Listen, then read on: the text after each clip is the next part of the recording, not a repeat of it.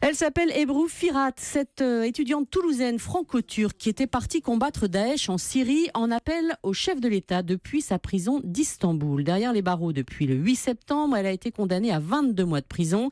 La justice turque la soupçonne d'appartenir à un groupe terroriste kurde et le seul à pouvoir l'aider, d'après elle, c'est François Hollande, Benjamin Péter.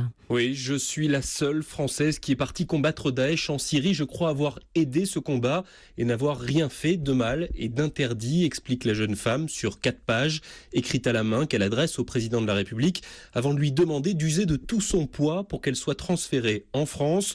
Pour son avocate, maître Agnès Casero, François Hollande est son dernier espoir. Elle est entre les mains de la Turquie. Il n'y a donc que la diplomatie qui peuvent aider. C'est son dernier espoir.